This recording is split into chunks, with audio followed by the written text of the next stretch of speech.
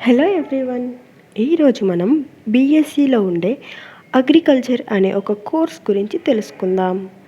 మన అందరికీ ఇది బాగా తెలుసు కదా, మన ఫ్యూచర్ అనేది ఈ అగ్రికల్చర్ పైనే డిపెండ్ అయి ఉంది అని. ఫ్యూచర్లో ఈ అగ్రికల్చరే మేజర్ రోల్ని ప్లే చేస్తుంది. ఫ్యూచర్లో మంచి స్కోప్ ఉండే కోర్సే ఈ అగ్రికల్చర్ ఇంజనీరింగ్.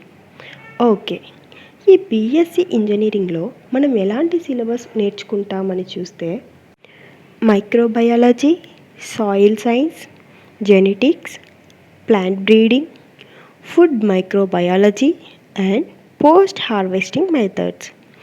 అయినా ఈ పోస్ట్ హార్వెస్టింగ్ మెథడ్స్ అంటే ఏంటి అని అనుకుంటున్నారా? అంటే ఎప్పుడు ఎలా ప్లాంట్స్ని హార్వెస్ట్ చెయ్యాలి అండ్ ఇందుకోసం ఎలాంటి న్యూ మెథడ్స్ ఉన్నాయి అని చదివి తెలుసుకోవడమే ఈ పోస్ట్ హార్వెస్టింగ్ మెథడ్. ఇది మనకు లర్నింగ్ అగ్రికల్చర్ టెక్నాలజీస్ గురించి తెలిసేలా చేస్తుంది. అలాగే ఈ అగ్రికల్చర్ టెక్నాలజీ చదవడం వల్ల ఎలాంటి టెక్నిక్స్ యూస్ చేస్తే ఈ అగ్రికల్చర్ ఫీల్డ్లో అడ్వాన్స్గా ముందుకు వెళ్తాము అండ్ ఆల్సో ఫ్యూచర్లో మంచి గ్రోత్ని ఎలా తీసుకురావాలి అని చదివేదే ఈ అగ్రికల్చర్. ఈ బీఎస్సీ అగ్రికల్చర్ ఇప్పుడున్న జనరేషన్కి కొత్తగా వ్యవసాయాన్ని ఎలా కొనసాగించాలి అని ఈ కోర్సులో నేర్చుకుంటాం. అగ్రికల్చరే మనకు ఫ్యూచర్. ఇది లేకుంటే జీవితం అనేది లేదు. అలాంటి ఇంపార్టెంట్ కోర్సే ఈ BSc agriculture course. Human resources అనేది ఎక్కువగా ఇంక్రీజ్ అయ్యే కొద్దీ ఈ అగ్రికల్చర్ కూడా ఇంక్రీజ్ అవ్వాలి. అప్పుడే మనకి ఫుడ్ గ్రోత్ అనేది ఉంటుంది.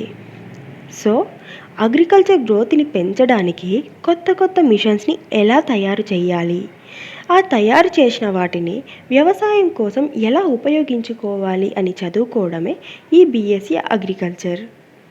ఇలాంటి బీఎస్సీ అగ్రికల్చర్ కోర్స్కి ఇప్పుడే కాదు, ఫ్యూచర్లో కూడా మంచి స్కోప్ అండ్ హై డిమాండ్ ఉంటుంది. ఇప్పటి వరకు కోర్స్ గురించి చూసాం కదా. ఇప్పుడు ఈ బీఎస్సీ అగ్రికల్చర్ చేయడానికి ఏం ఎలిజిబిలిటీ ఉండాలో చూద్దాం. 10th అండ్ 12th పాస్ అయి ఉండాలి. అలాగే 12thలో అబోవ్ 40% మార్క్స్ వచ్చి ఉండాలి. ఇక సబ్జెక్ట్స్ గురించి చూసామంటే maths, physics, chemistry or maths, physics, biology subjects ఏవైనా సరే ఈ కోర్స్ చేయడానికి అర్హులు. ఇక కోర్స్ డ్యూరేషన్ గురించి చూసామంటే ఇది 4 year కోర్స్. ఫీజ్ స్ట్రక్చర్ అనేది పర్ ఇయర్కి 45,000 నుంచి 1,50,000 వరకు ఉంటుంది. ఇప్పుడు మీకు ఒక డౌట్ రావచ్చు, ఇలాంటి high scope and high demand ఉండే కోర్స్కి జాబ్స్ అనేటివి ఎక్కడ దొరుకుతాయి, ఎలాంటి చోట్ల దొరుకుతాయి అని. ఓకే, జాబ్ ఓపెనింగ్స్ గురించి చూద్దాం రండి. ఈ కోర్స్ కంప్లీట్ చేసిన వాళ్ళకి బోత్ గవర్నమెంట్ అండ్ ప్రైవేట్ సెక్టార్లలో జాబ్ ఓపెనింగ్స్ అనేవి చాలా ఉన్నాయి. ఎవరైతే ఈ బీఎస్సీ అగ్రికల్చర్ కంప్లీట్ చేసుంటారో వారికి farming manager, fertilisation manufacturing and agriculture machines లాంటి మరిన్ని జాబ్ రోల్స్లలో ఉద్యోగ అవకాశాలు ఉన్నాయి.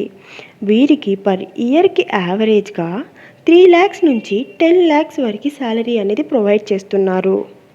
అంతేకాకుండా ఈ బీఎస్సీ అగ్రికల్చర్ చేస్తే ఐఎఫ్ఎస్ ఎగ్జామ్ కూడా రాయొచ్చు. ఇందులో క్వాలిఫై అయితే ఐఎఫ్ఎస్ ఆఫీసర్గా వర్క్ చేయొచ్చు. ఓకే, ఇప్పటికీ బీఎస్సీ అగ్రికల్చర్ కోర్స్ పైన ఒక ఐడియా అయితే వచ్చింది కదా. ఫర్దర్గా కోర్స్ గురించి కానీ, ఫీజ్ గురించి కానీ, లేదా కాలేజ్ సెలెక్షన్లో ఏమైనా డౌట్స్ ఉన్నా కానీ స్క్రీన్ పైన కనిపిస్తున్న నంబర్కి కాల్ చేసి ఫ్రీ కౌన్సిలింగ్ తీసుకోవచ్చు.